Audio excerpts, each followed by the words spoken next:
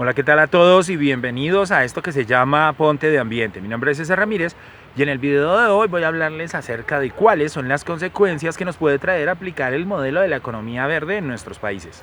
Bienvenidos.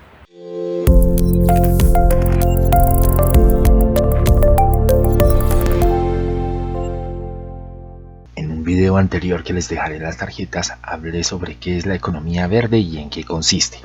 Este modelo económico se ha constituido en el escogido por las Naciones Unidas después de la conferencia de Río +20. Hoy me centraré en hablar acerca de por qué varias ONG ambientales protestan en contra de este modelo económico y por qué en muchos casos se considera una mentira. El primer aspecto es que se considera el modelo como un riesgo, ya que puede generar una burbuja financiera a costa del medio ambiente. Aun cuando los objetivos planteados son considerados altruistas, la aplicabilidad nos muestra otra realidad. La economía verde o capitalismo verde no propone unos cambios de fondo en el modelo capitalista, en aspectos como los modelos de producción y consumo que son lineales y exceden la carga planetaria y la capacidad de recuperación, generando un déficit ambiental, lo que básicamente nos deja en el mismo punto de partida.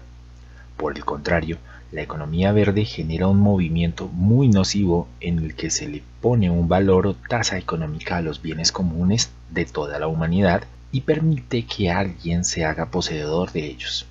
Un ejemplo muy común de esto es el registro del ADN de una planta, para que nadie más la pueda sembrar aun cuando sea poseedor de la semilla de manera ancestral. Esta práctica es realizada por compañías que luego las usan para generar productos transgénicos sin semilla para monopolizar la producción agrícola. La economía verde plantea incertidumbres en la medida en la que tiene muchos elementos que no pueden ser considerados como ecológicos. Un ejemplo de esto es la generación de energía hidroeléctrica, que se vende como una alternativa ecológica, pero que en realidad genera problemas como la pérdida de cobertura vegetal por inundación de las áreas de embalse, el seccionamiento del ciclo vital de los cuerpos hídricos y de los seres que habitan en este ecosistema, las emisiones y demás problemas a la hora de construirlas. Eso sin contar con los problemas sociales y de derechos humanos, tal y como sucede en el caso de Hidroituango en Colombia, que es el fiel reflejo de todas estas problemáticas que acabo de mencionar. Además del hecho de que no reconocen a los actores sociales y minimizan sus derechos. La economía verde no plantea soluciones de fondo ni articuladas. En otras palabras, no soluciona los problemas ambientales desde sus inicios. Solo se concentra en mitigar o eliminar los efectos.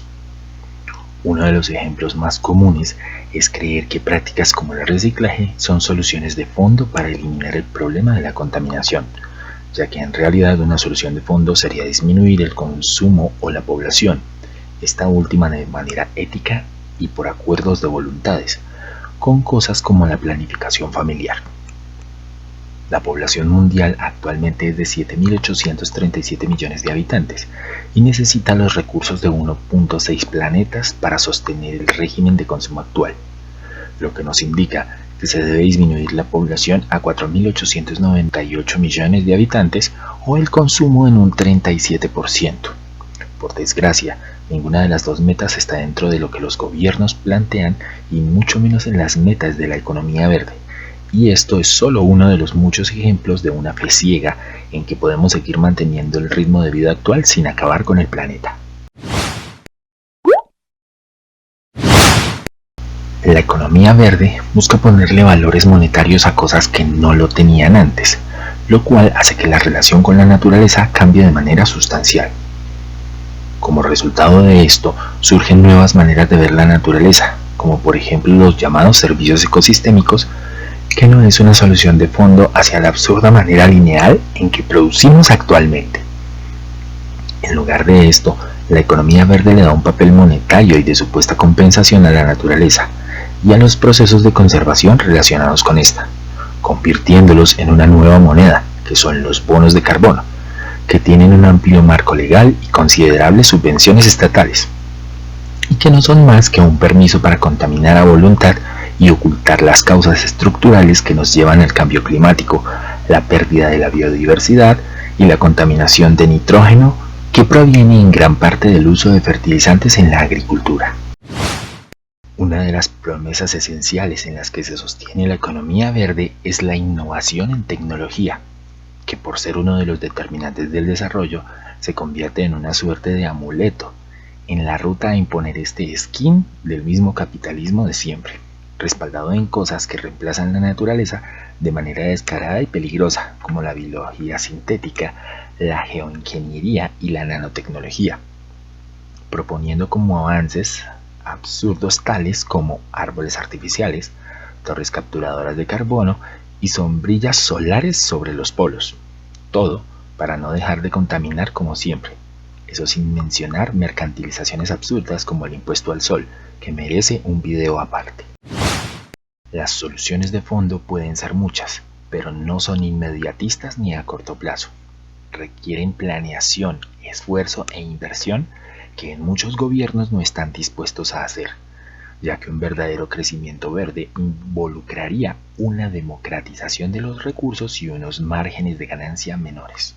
Incluso soluciones como la agricultura orgánica han sido pervertidos por el mercado, al hacer que los precios de estos productos no sean accesibles a la mayoría, aun cuando la producción requiera menos recursos. También podemos poner como ejemplo la densificación poblacional, que disminuiría los tiempos de desplazamiento entre hogar, trabajo y otros lugares de interés. Para la economía tradicional es mejor mantener a la gente en transportes indignos y con recorridos de más de 90 minutos, para que la industria consuma más recursos, y ni pensar en la descentralización de los sistemas masivos de producción y energía o la economía colaborativa, porque eso le daría mayor calidad de vida a más personas. En resumen, y para dejar más que sentada mi opinión, la economía verde no es más que el esfuerzo de ponerle un nombre elegante a un capitalismo salvaje que ya está en crisis y nos está arrastrando al peor de los abismos. Bien, y eso ha sido todo por el video de hoy. Espero que les haya gustado. Por favor, no olviden suscribirse, darle clic a la campanita para recibir notificaciones cada vez que suba un nuevo video. Si les gustó este video, por favor, dejen un me gusta, que ayuda muchísimo a visibilizar el contenido del canal. Y por favor, dejen en sus comentarios cuál o cuáles de estas afectaciones que podría producir la economía verde ya están viendo o creen que pueden llegar a ver en sus países. Nos vemos en un próximo video. Hasta pronto.